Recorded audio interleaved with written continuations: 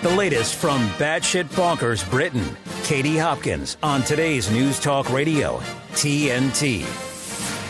And a very warm welcome to the Katie Hopkins Show on Thursday, the 14th of December. Well done to the tribe, already turning up. Greetings to the tribe from Lake Kariba in Zambia. I so love it there.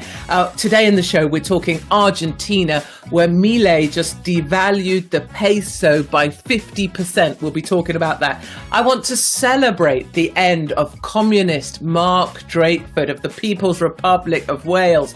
He is going down. And not forgetting our top three out of the UK, which has a green theme today. We are here in glorious Technicolor at TNT. You won't be able to see me because I'm in my urban camouflage gear because I'm about to hit the road. But you know what to do. I may be in the driving seat, but you are the engine for this show. People are talking about what they're having for dinner. That seems to be important. Get chatting with the tribe. Here is how you join the conversation. Katie Hopkins wants you to chat to her. Just go to tntradio.live, hit chat, and join your family chatting away. We're on the highway to freedom, where listeners drive the show. Today's News Talk Radio, TNT. Our listeners do drive the show. Fish cakes for me. Ooh. I love me a fish cake. Come on. What is it about them? They're so satisfying. Makes me feel like a really old person in some sort of hospital ward that's now not on solids anymore. And I just get to, maybe that'll put you off your fish cakes. That might not be the thing. Morning, Tribesters coming in there from Chris. Batshit Bonkers. We're here, Batshit Bonkers. And things are truly batshit bonkers. I've just been writing my script for the Batshit Bonkers for my social medias today. And honestly, you couldn't make it up. I'm torn between doing our top three out of the UK that we do here at TNT, or just doing with you my batshit bonkers that I'll do for social media later. TNT one, so you guys can choose. Let's do that. Despite my endless prep, despite all my efforts, I feel like the right answer here is we should do our top three stories, because that is more TNT. But I also have a yearning to do my batshit bonkers that I'll do for social later because it'll be ruder and funnier. Anyway, what's everyone saying? Mark Wankford. Oh, I think that's a synopsis of Drakeford. He is gone but not forgotten. We won't forget what he did to us. Morning from wet and windy Bolton. Well done, Bolton, for being here. Good on you. And Borodar. So we've got a Welshie. Someone is sausage, egg and chips. I don't think you can beat sausage, egg and chips, can you? I mean, bacon, egg and chips. Bacon, sausage, egg and chips. That is a good meal. Ham, egg and chips. Go to a dodgy pub, not sure about the menu. If they've got ham, egg and chips, always go with that. Unless you think you're going to get pretend ham. Never eat pretend ham. And never, I mean, I know times are tight. I know everybody hasn't got any money left. I know all the rest of it. Can I just show you something if you're watching this? Look at this. Look at this. I'm so camo, I can even camo my hands. See where my brain's like, yeah. So, but apart from the ham that isn't ham, do you know what I mean? Have you seen the thing about that? Chips don't belong in a breakfast. Strong stuff there from the token vegan for this time in the morning, 8 a.m, and we already have a token vegan, Benedict, telling us chips don't belong in a breakfast. I'm sorry. Chips 100% belong in a breakfast. I would argue, coming from a farming family, that a roast dinner belongs in a breakfast. Best meal of the day, breakfast. Breakfast, what do they say? Breakfast like a king, lunch like a queen, and supper like a pauper. Not a pauper as in like an animal, but a pauper as a poor person, so that your body has more time to digest the big meal of the day, which you can't beat it. 5 a.m, oof, shove it all in, everything for your day, right? Anyone else? Can't believe it's not ham. Yeah, no, I'm not just talking about Billy Bear ham, which is the ham that's made to look like a bear, but like not wanting to be, a token vegan's going to be with me on this. The ham that, you know, the ham, what's it called? And it's like wafer thin slices. There's like, all of the ham is like, and it's all in together, but it's wafer thin. And then people put it in sandwiches. Like, because I'm such a pro meat person, but I'm pro actual cuts of meat that have literally just been cut off the animal when it's died, when it's been killed humanely after a glorious life in the sunshine, in the grass and the fields. You see cows being let out for the spring. I'm telling you, you will weep every time. It is an emotional thing to watch cows being released into the fields for the spring. It's an amazing thing. Anyway, I'm all about meat that looks like the thing it came from, right? Any of this weird crap that looks like very flat, thin, and you're like, well, I've never seen a pig that's circular, shaped like that. Or that, yeah, you got to be worrying. You know how they make that? I don't even want to say. They take all the bits of the pig and they basically just them down until, oh, it's making me go a bit. Oh, I need my squash. Hold on. I'm gonna say I can't believe it's my mum used to use tin salmon. Oh, what in the tin salmon in your, I'm thinking that's your fish cakes. So cute. My mum we used to have spread in our school sandwiches. Meat paste, that's what it was called. Anybody else? Tissue paper ham, that's what we're talking about. Anybody else used to have paste in their sandwiches? I'm belying my council house roots here, aren't I? So, and the paste would change flavour, but not texture or colour or smell.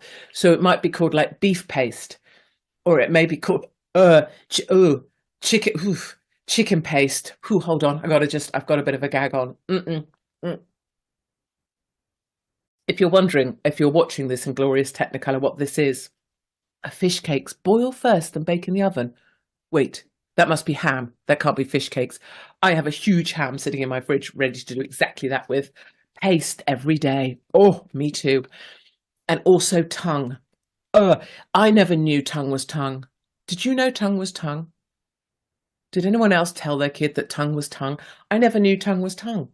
I was merrily eating tongue sandwiches. I had tongue or spam or paste every day. There'd be me and my sister and my dad. So 3 lunch boxes on top of the microwave in the kitchen, 1 each for each of us. And each of those sandwiches were the same: tongue, paste or spam. I know. People wonder why I'm so determined in my life. If you're wondering about this, if you're watching in Technicolor, which I advise you not to, but I'm supposed to tell you to because we're now in vision, this is my 2-litre measure. Ever since the incident with the hemorrhoids, have we talked about that here? My dog loves tongue, I say. This is the late night version of TNT. We better move on, hadn't we?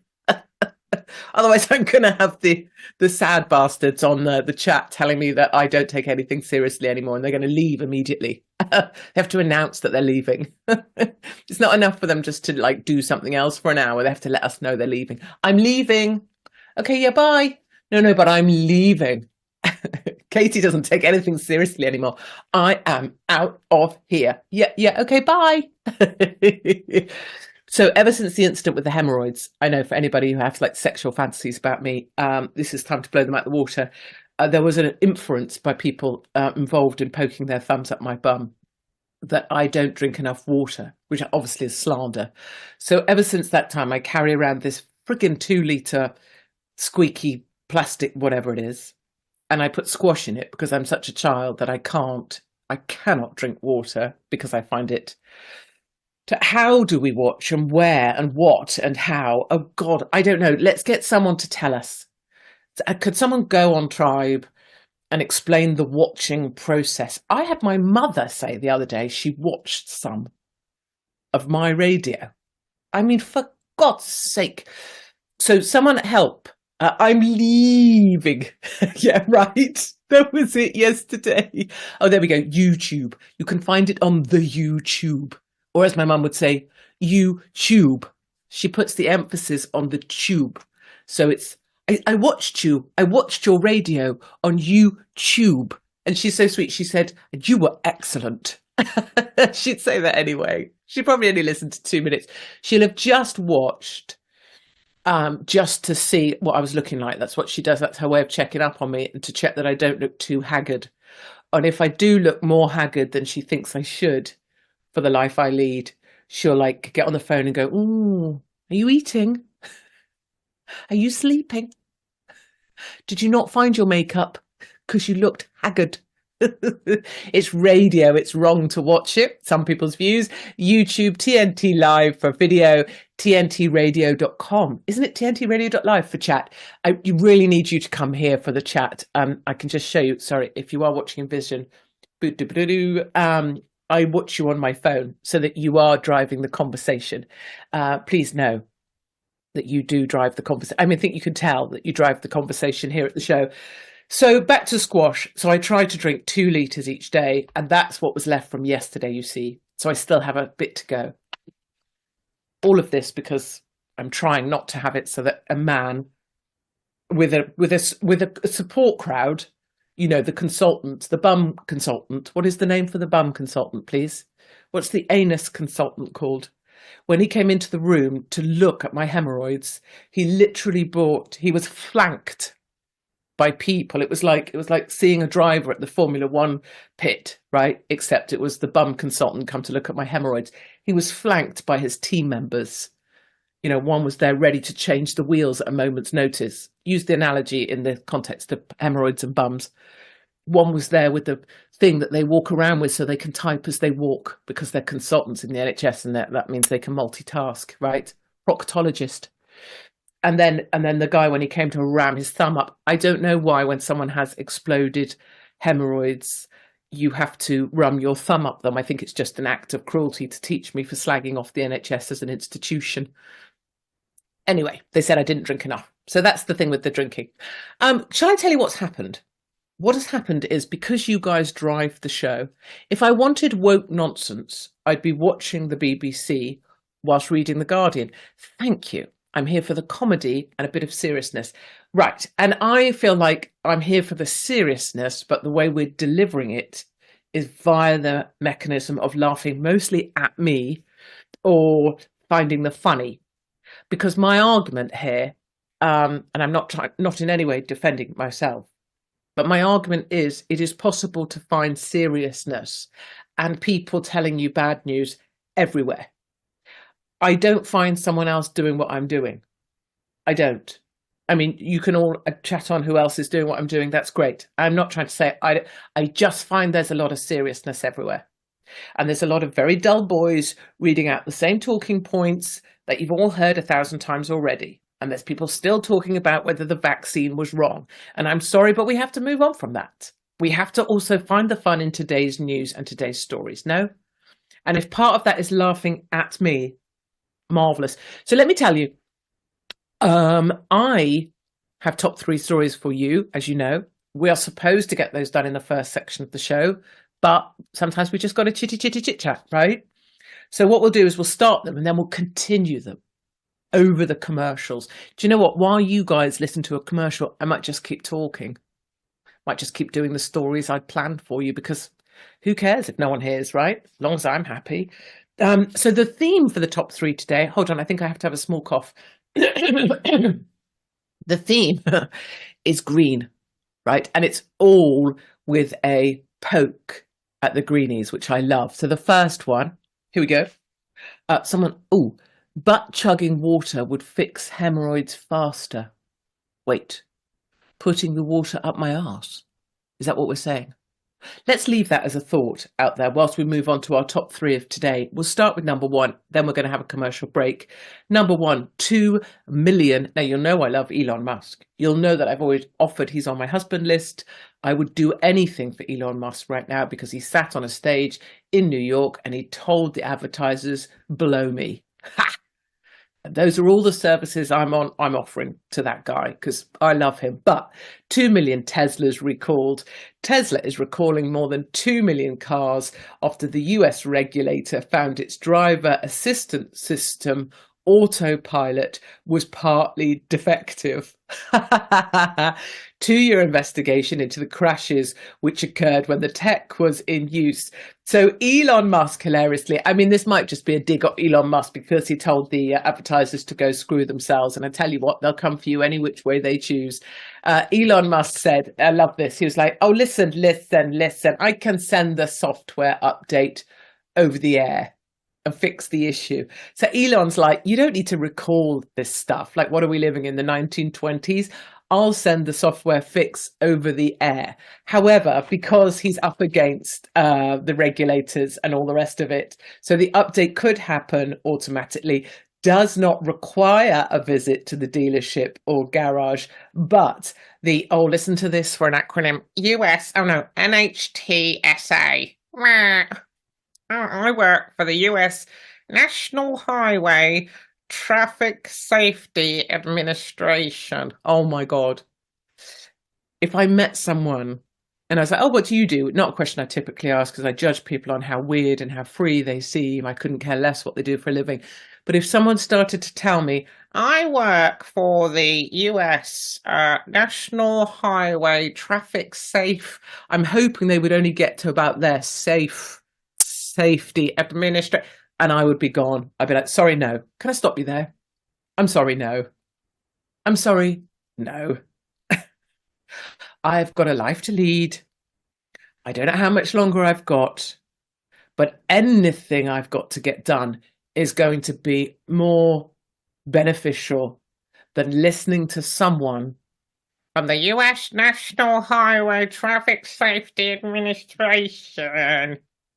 So they're saying that they want, they're physically recalling the cars, even though there's no need to, because because it's a rule and they want to enforce the rule. Oh my God. So what we're going to do, good people, is I've got another thing on electric car subsidies, which I love, and a thing on COP28, which I also love. So we will have a short commercial break. We will come right back. Let's giggle about COP28 and the utter failure that it is. I've got a question for you later in the show as well. Go nowhere, apart from to the chitty chat, or you can go to YouTube if you want to watch this haggard old cow speak into a camera. I mean, why you'd want to do that, no one knows. But go nowhere or I will hunt you down. I have a special set of skills. Do know that. My name is Katie Hopkins, and this is TNT Radio. Katie Hopkins on today's News Talk Radio, TNT. Yes, my darlings, we're still on our top three for today because we got chit-chatting about what we are doing with our lives. People back on chat. Oh, I see. The chat on YouTube is very bizarre. Right. So if you're one of the originals or you want to come back to chat on the happy side of life, please do come to the chat with the tribe over here at tntradio.live. And the problem, of course, with YouTube chats is that you do tend to pick up things that you would not normally pick up if they were on the bathroom floor. So it is kind of good if you're over here on chat with me. But, you know, you do you. If you're enjoying your life wherever you are, or talking about me being some sort of, I don't know what, or talking about the way I look or what I'm wearing or what my face looks like, or I look like one of the white chicks, or maybe I used to be a guy, you crack on. Please do. If that's how you want to get through your day, please do that, because I can promise you, I know who I am. And any labels you might want to put on me or judging of me by my face, the day I announce myself as the UK's top model is the day that you can come for me in my looks. But given that I've never presented myself in that way, I wonder why it is that you hold women to a different standard to men. I wonder how many of the men out there you comment on their appearance, because I bet you it's absolutely close to zero. Men can be as fat as they want, as unwashed as they want, as unshowered as they want, wear the same outfit relentlessly, and not a word will be said. And I'm pointing my finger directly at you, any of you who've criticised a woman like me for anything to do with looks or outfits. Look at yourself. What do you look like? When was the last time you ran 10K? Huh? Right. Exactly. Take a look at yourself before you go picking holes in decent, haggard old menopausal cows like me. Right, electric car subsidies ending sooner in Germany. This is the green news we all need. German Chancellor Olaf Scholz has announced that his coalition has reached an agreement over the budget. German. Rules, order, rules, order, rules, order. Don't have a personality. Rules. Scholz's three-party coalition thrown into crisis last month when the budget for 2024... I'm trying to make this sound sexy. Is it working? Trying to make it sound like an Arnie movie. The budget for 2024 violated a constitutional clause. Don't know why we've gone American. Banning the Germans from running a deficit of more than 0.35% GDP. The resulting hole was only whatever. Basically, they're not allowed to run a deficit of 0.35% GDP in Germany because Germans love a rule and they would not want to violate the constitution of their anti-papers. So the Germans have announced, I'm sure it's racist to do that accent, mocking the time that Germany tried to overtake my fine country, but there we are. I will not forget the war. And so they've had to cut their subsidies on electric cars and green sources of energy sooner. So the Germans are cutting subsidies to electric cars, meaning they'll be even less attractive than they already were, because in my personal opinion, you have to be a massive knobhead to own an electric vehicle because it's basically a battery-powered car and you're not understanding who controls the stuff around here, right? Nearly swore, saved it. So, someone here saying, I look amazing, Katie. Thanks for asking. That's my kind of person. I look amazing. So electric cars are going to lose their subsidies in Germany, which means even fewer will be sold. Let's get on to COP28 because it's legendary, it's brilliant, and I love it. It's the greatest pile of poop in history. It was basically a oil sales fest. Absolutely nothing has come out of it. It's all an illusion. Al Jabba, who's my other husband in waiting, absolutely knows it. The UAE has invested $150 billion to increase oil production by half to 5 million barrels a day by 2027. And China. Oh, why do I find it? Listen, you may be a big greenie. I'm all about looking after our fields and our cows, believe me. But like the comedy here is not knocking that we'd like the planet to be very happy. The comedy here is people who think COP28 had a purpose, right? 400,000 people flying in, trying to say, "Oh, a lot has been achieved. A lot have been achieved." China has built 182 new coal-fired power plants in the past 2.5 years. And let's take a listen to Bloomberg on the market's reaction to COP28. Take a listen to this. All right, taking a look at maybe what we call traditional energy companies. Not doing too well today after this global powwow where most of the world's players agreed that we got to move away from fossil fuels, and we will. The devil's in the details and the expense of all of that. Daniel Turner, Power of the Future founder and CEO. Daniel, how realistic is this goal? Completely unrealistic. First of all, let's acknowledge the fact that it took 80,000 people over 3 weeks to come to this conclusion. So COP28 must have been a great time if we all knew this was going to be the result of the conference and it took them this long to get there. But look, on the simplest of terms, they talk about eliminating fossil fuels, but fossil fuels do an awful lot more than produce electricity. Wind and solar produce electricity. What about plastic, rubber, cement, concrete, steel? Right? What about the renewables themselves? Wind and solar are made from fossil fuels. So if you're eliminating fossil fuels, what are you doing to these products? So there's just this circle of stupidity that comes out of COP28. It's pure virtue signaling. It's pure leftist agenda. There's no truth in science and markets. It's just pure nonsense. Let's say they were all serious about it. That might be a leap. They're all not gung-ho about committing funds to do it. China and India come to mind, even now. No, and China didn't even really participate. Chairman Xi stayed home. Right. And China is thrilled with this resolution, by the way, because they still control 70% of the manufacturing of wind and solar, and they control 90% of the rare earth and raw materials markets of wind and solar. So China loves the fact that the world says buy more of their products. They are sitting by quietly watching this happen. And just watching. Daniel, thank you. A little more after this. I really liked that commentary from Bloomberg. It's kind of difficult to understand because it's an American on Bloomberg, and on Bloomberg they talk really, really fast because they're always looking at the markets. The markets change really, really quickly, and so something affects their brains, and their brains have to deliver this dialogue at like 400,000 miles an hour because when the markets change, they change, and they're used to thinking at twice the speed of any normal person because they deal with the markets, and that's why they prove themselves to be so clever by talking at this speed.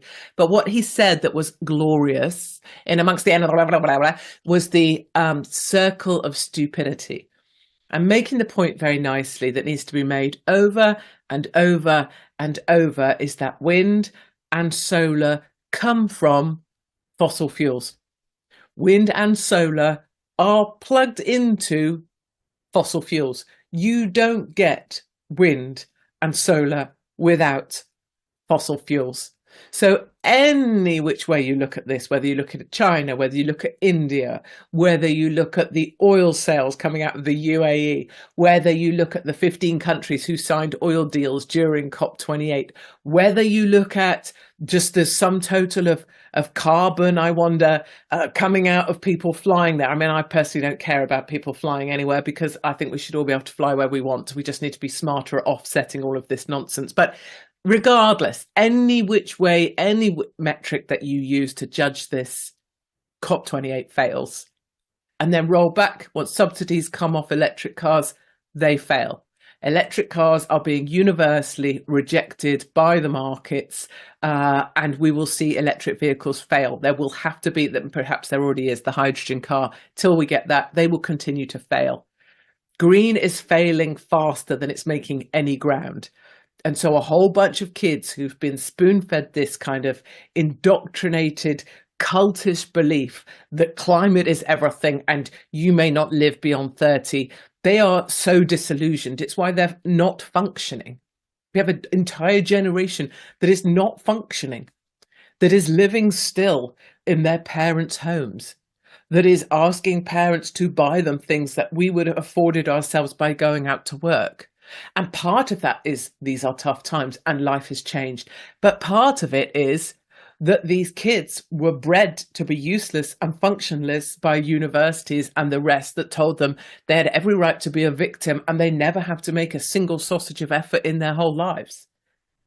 You know, I may not be many things, but it brings me a lot of joy to have one nurse, one farmer, and one budding mechanic, 19, 18, 17, straight into jobs that will sustain them beyond whatever is coming in our not too distant future.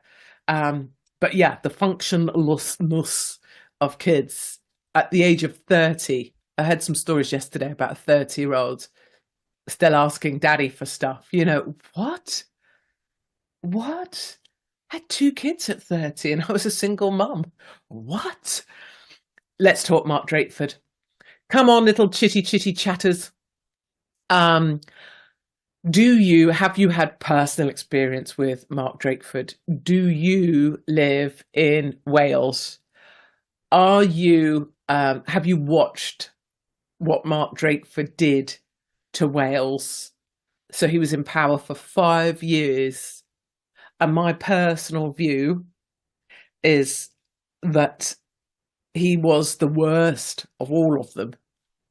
He locked down harder than I think anyone else in Great Britain, and everybody was a mindless vandal. Every politician was a mindless vandal at that time. He promised and didn't deliver. £144 million road that led to nowhere because it was never built. He came out with stuff like roads are no longer necessary, right? Roads aren't needed. So he just turned off investment projects in any road building because he was anti-roads. Horse and cart in communist Wales. Just endless. Oh, people talk about farmers. We're coming to farmers, actually. It's our next story. I know we need to power through the show. So he announced that he was going to stand down. He's staying in place till his successor is found. He announced it in the Welsh Senedd. And this is the guy, the Conservative guy, Tom, coming out. And I apologise if you struggle with the audio on this. We'll try and get studio to turn it up. Let's see. This is him literally walking out of Mark Drakeford, announcing his resignation and his immediate reaction straight to camera. So let's take a listen to this. So the First Minister, Mark Drakeford, has just resigned on the podium there behind me. I wish him well personally and whatever's next for him. But what was very clear is you look back on his term of office and it has been one of the wrong priorities. Mark Drakeford has pursued things like more politicians here in the Senate, that blanket 20 mile an hour approach, damaging policies like the tourism tax, but has failed to deliver on the things that really matter to people. We've seen recently we've got the worst educational results anywhere in the United Kingdom, the longest waiting lists, and an economy that lags behind the rest of the UK. So I really hope whoever becomes First Minister going forward ditches these vanity projects and pursues the people's priorities here in Wales. That's what the Welsh Conservative pursues the people's priorities here in Wales. And so that's the Conservative minister enjoying the fact that Drakeford will have gone. But I think a really serious side. So that's a really, you can hear that kind of politicians lazy. You know, if I was anywhere near this guy, I'd be like, I can hear your laziness. I can hear your laziness. I can hear your politician's voice. I can hear your politician's soundbite. Everything that so I like that it was an immediate reaction, and I like that it was the Conservative reaction straight off the bat. And he made some important points. Wales has the lowest school results of any of the UK. It has the longest waiting lists for health of any of the UK. He brought in ridiculous policies like a blanket 20 mile an hour speed limit. And honestly, if you're thinking of going to some, you know, when Mark Drakeford eventually pops off, people will need to leave their homes like a week before he died in order to get to his funeral on time. You know what I mean? He's not dead just yet, but 20 miles an hour means you cannot get anywhere. Last time I was in Wales, you guys know this. I get undertaken by a fat bird pushing a stroller of triplets. You know what I mean? You can't get anywhere. 20 miles an hour, you can't move your car. It's the weirdest thing to try and keep your car at 20 miles an hour. And a whole bunch of other stuff during lockdown. He did that thing on aisles. I mean, I totally support him. He made vodka an essential item. I will give him that. I will give him that credit. Vodka and cigarettes, they were essential items. Kudos. But he locked up on the aisles. He put that plastic sheeting. You know how you were allowed to shop for some things, but not others because what COVID would know? He put plastic sheeting on the children's clothing aisle because children's clothing wasn't essential in his head, but vodka and cigarettes, fair one, absolutely were. I'm just looking at your comments on Drakeford. He welcomes all of the illegals into the hotels, but never offered his son's spare bedroom to any of them. Yeah. And I think that's the thing is we can. The problem with that politician and his summary is he's already in politics mode and he's not feeling it. And you can see that it's just there. Ordinary people of Wales, not that I speak to, yes, I know about Drakeford's son. Ordinary people of Wales have been harmed by Mark Drakeford. Not at a by a politician, not at a £144 million road that didn't get built, not at a political level. It's the wrong priorities. No, it's not the wrong priorities. I personally believe Mark Drakeford is a deeply malevolent man. And if you want to hear that he's a lovely human, please go and listen to James O'Brien, who thinks he's one of his top politicians of all time. So, I think his malevolence was so dark. He's always been willing to sacrifice people of Wales to achieve an agenda that he has always had. And I think often serpents in life and darkness comes in many guises, and it's never going to present itself as a serpent with a forked tongue, and a pitchfork. It will present itself in the shape of a little old man who seems quite sweet and is nice to people. But if you ever watch Surprising Killers, telling you, Mark Drakeford, I'll say it here, is a killer.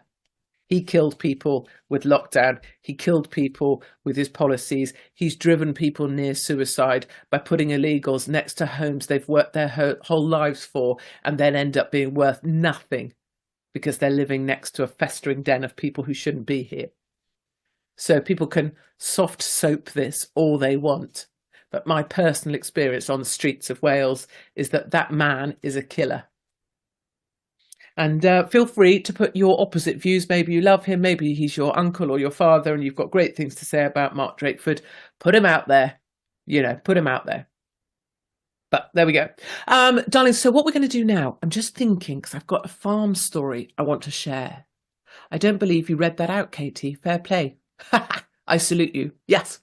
Salute me all you like. Thank you very much. I want to do farm story because it feels like where the tribe is at. There's a lot of farm talk, a lot of supporting farmers, and I just had a couple of stories about farming I did want to get to. So let's do that next. So go nowhere, darlings, apart from to tribe. So if you can go to tntradio.live and join the conversation here. Perhaps you're a farmer. Perhaps you're one of the Dutch farmers or an Irish farmers. Perhaps you've been given a cull quota, the amount of your herd that you need to cull in order to meet false nitrogen targets set by some idiot in a suit in some political hub somewhere, all about the climate cult. But whatever your views, or perhaps you visit a local farm and a local farm shop and you're trying to dedicate yourself to only buying stuff from there.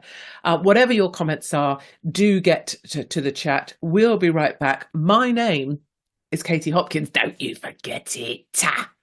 And this is TNT Radio.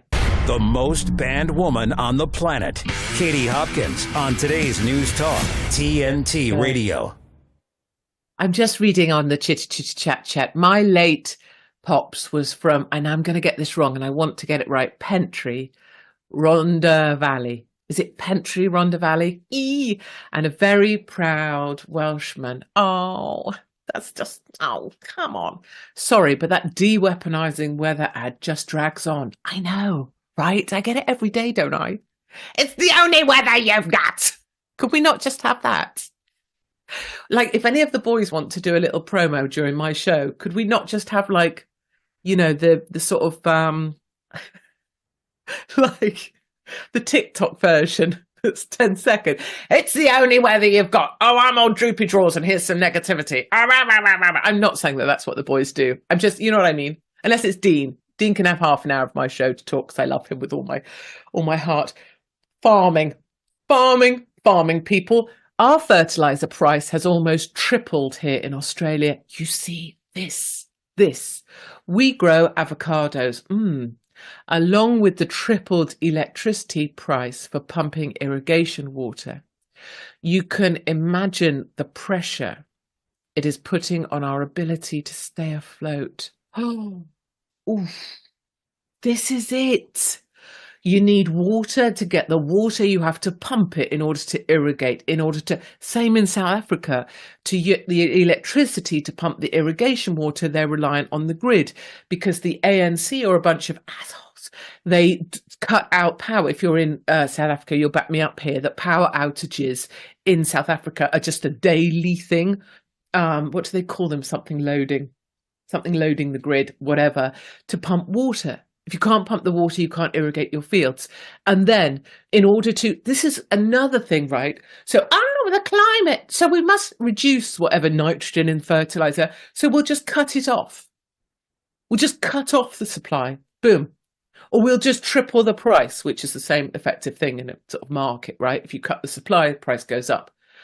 Doesn't provide any intermediary steps. It doesn't provide another way of fertilizer, even if you bought into that, which I don't. I'm just saying throw the fertilizer on, right? Don't spike the price. Load shedding. Thank you so much. Regarding South Africa, load shedding. I remember 3 months out there, load shedding was endless. So this punitive thing on farmers, however, this is not negativity. This is farmers. Farmers are going to be the fight back. And I know we already know partly of that. And brilliantly today, I get to spend time on a train and I've got the long read about all of the minutiae of the Dutch farmers. And I'm really excited about reading, actually. But it's basically, it's going to be an ins and outs told from a leftist perspective, which I always like to do, about the amazing Dutch farmers. And this in-depth read was written before the recent elections, where Geert Wilders secured the most votes. I know you can say he didn't get a majority in Parliament, secured the most votes. And in the long read, they're saying it is likely that the way farmers have been treated will result in an extremist. I mean, please, Geert Wilders is the sweetest man you would ever meet. but the Farmers Defence Force in the Netherlands, Dutch farmers, the revolt leading to Geert Wilders, it's all written for us to see and to give us confidence in what's coming. Now, the French farmers, I'm excited. I know I'm partly excited because I'm farming and my daughter's farming and we come from farming. But this clip that I'm about to play is not going to mean much to you. And I make no apology for it. But now, when you maybe shut your little eyes and now imagine that this clip is huge bits of farming equipment, not to be vague, tractors, spreaders, sprayers. Imagine tip to the buckets of the tractors where they've got their buckets on and they're tipping tyres over the walls of the council buildings. Some of you might say, well, it's vandalism. Tut, tut, tut. Carry on, say that. I think you're completely wrong. Putting tyres over the walls of council buildings. And the noise you're about to hear is the French farmers turning up, as they do on a regular basis, not only to dump manure at the entry points of council buildings in France to protest against the treatment of farmers. This noise is French farmers spraying farm-grade manure at the offices of the politicians in France. Let's all take a listen and enjoy.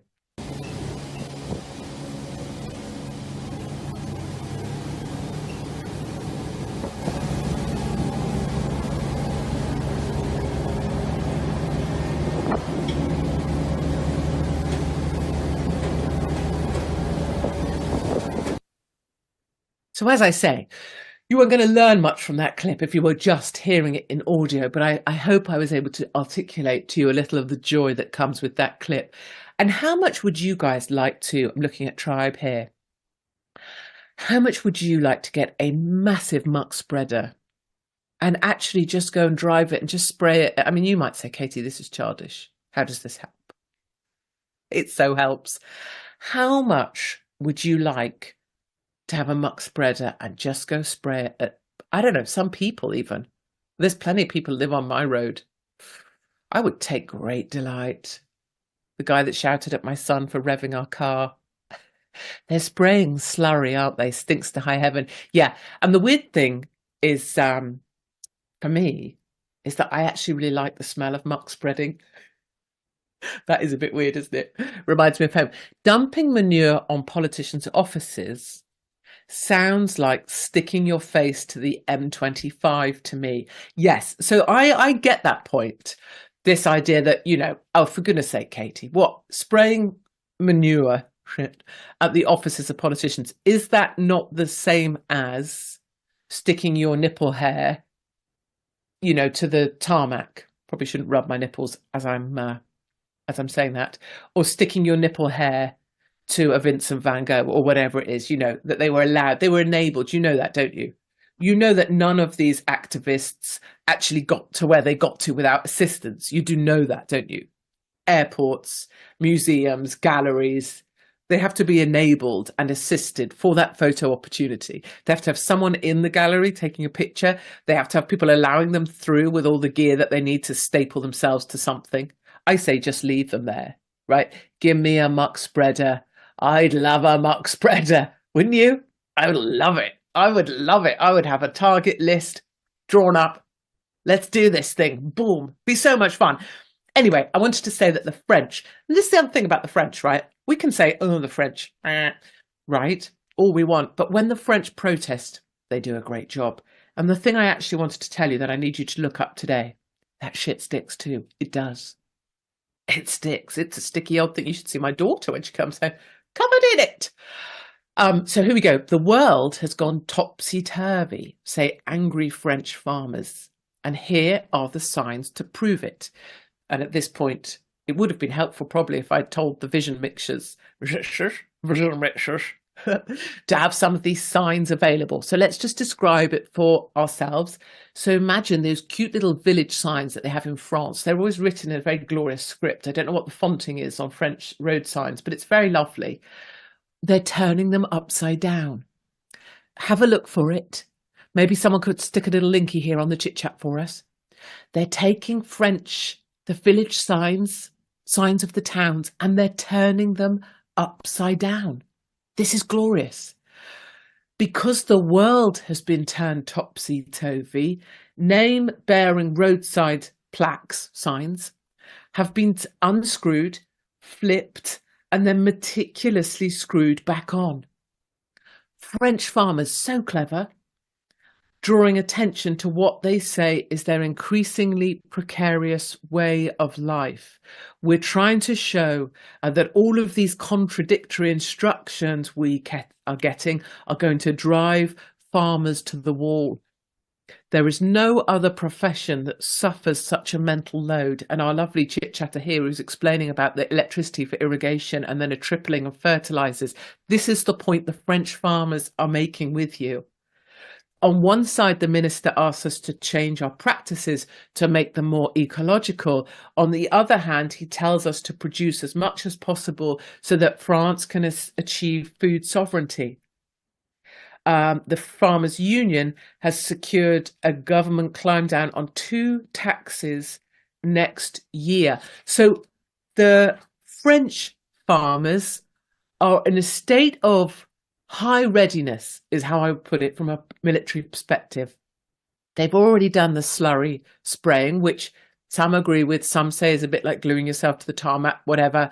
I'm all about it because it's bold, it's big. And honestly, I personally would take great joy in spraying a ton of that stuff onto number 10, any politician, the House of Commons. And I know it's pathetic and I know it's childish. I know it would make me feel better.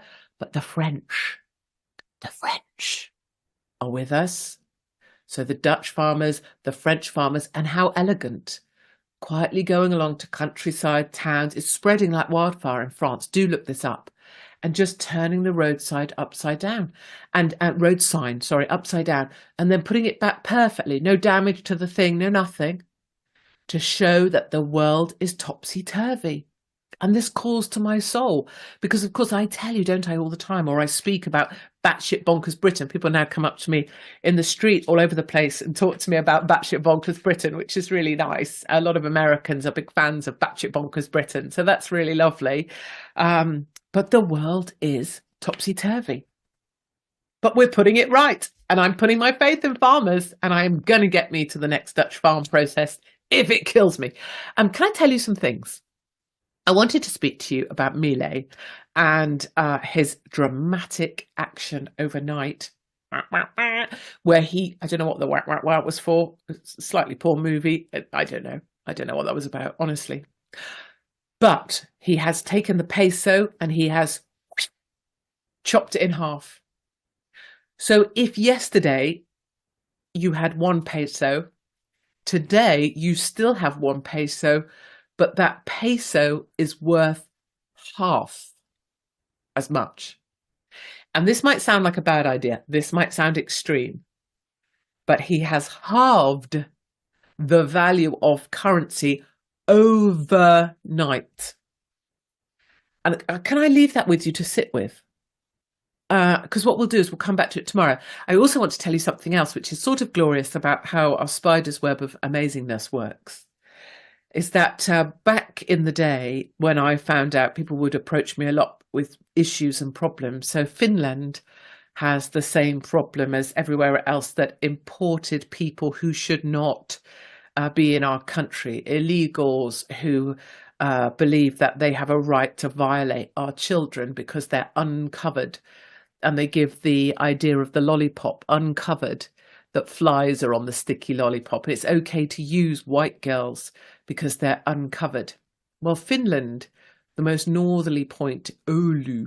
I flew to the most northerly point of Finland, and unbelievably, illegals were put into the most northerly point of Finland, into Oulu, and they were grooming kids. By grooming, I mean trapping kids at school gates, and there were young Finnish girls involved in the sexual just the molestation and rape and abuse. That those rings of illegals targeting our girls was happening in Finland.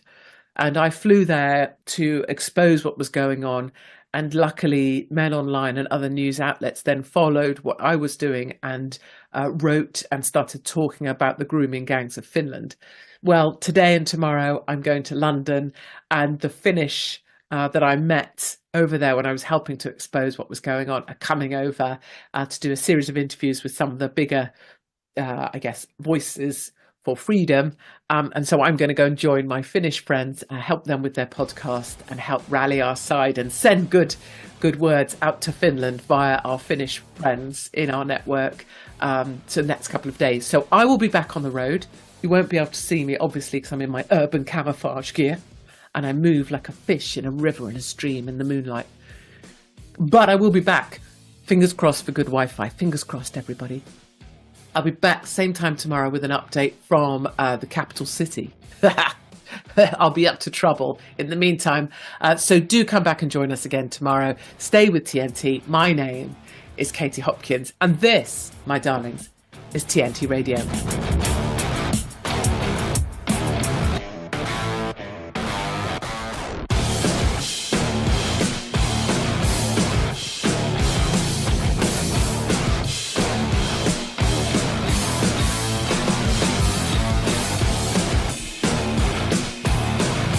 To hear a replay of this hour, go to episodes at tntradio.live.